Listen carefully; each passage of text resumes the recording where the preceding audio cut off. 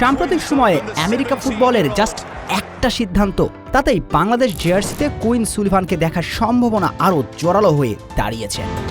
শিকার টানে কুইন কি তাহলে নিজ দেশেই ফিরছেন? রোনানের পরে কুইন সুলিভানকেও কি পেতে যাচ্ছে লাল সবুজের দেশটি?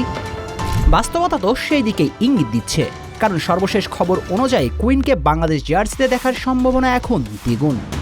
খবরটি সুলিভান পরিবারের জন্য কিছুটা হতাশজনক হলেও বাংলাদেশ ফুটবল প্রেমীদের জন্য এটি পৌষ মাসের স্বাদের মতোই আনন্দদায়ক। কুইন সুলিভানকে বাংলাদেশ জার্সিতে দেখার স্বপ্নটা টাইগার ভক্তদের দীর্ঘদিনের, কিন্তু স্বপ্ন আর বাস্তবতার মাঝের ফারাকটা তো ছিল আকাশ আর পাতাল।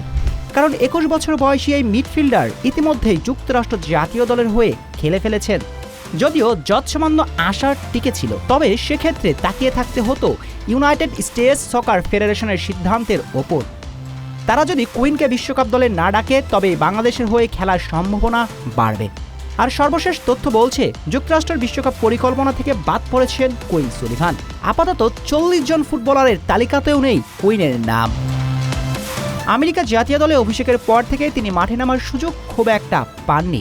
ক্যারিয়ারে খেলেছেন মাত্র 3টি ম্যাচ, তাই বিশ্বকাপ দলের ডাক পাওয়ার সম্ভাবনা এমনিতেই কম ছিল। আর সাম্প্রতিক ইনজুরি তাকে পরিকল্পনার আরও বাহিরে ঠেলে দিয়েছে। আর বিশ্বকাপের পর কুইনের মার্কিন যুক্তরাষ্ট্র দলের হয়ে খেলার সম্ভাবনাও ক্ষীণ হয়ে আসবে। আর এমনটি হলে তিনি বাংলাদেশের হয়ে খেলার সিদ্ধান্ত নিতেই পারেন, কারণ স্বয়ং তার বাবাও তো বাংলাদেশ ফুটবল নিয়ে কাজ করছেন, তাই যে কোনো সময় বড় সিদ্ধান্ত আসতে পারে।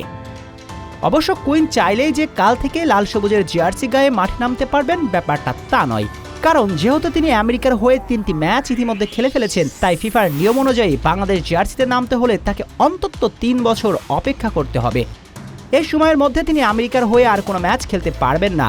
তাই বাস্তবতা বলছে বিশ্বকাপ পরিকল্পনা থেকে বাদ পড়লে মার্কিন জাতীয় দলে তার ফেরার সম্ভাবনা একেবারেই কম। আর এই সুযোগে কুইন সুলিভানের বাংলাদেশের হয়ে খেলার সম্ভাবনা বেড়ে যাবে দ্বিগুণ।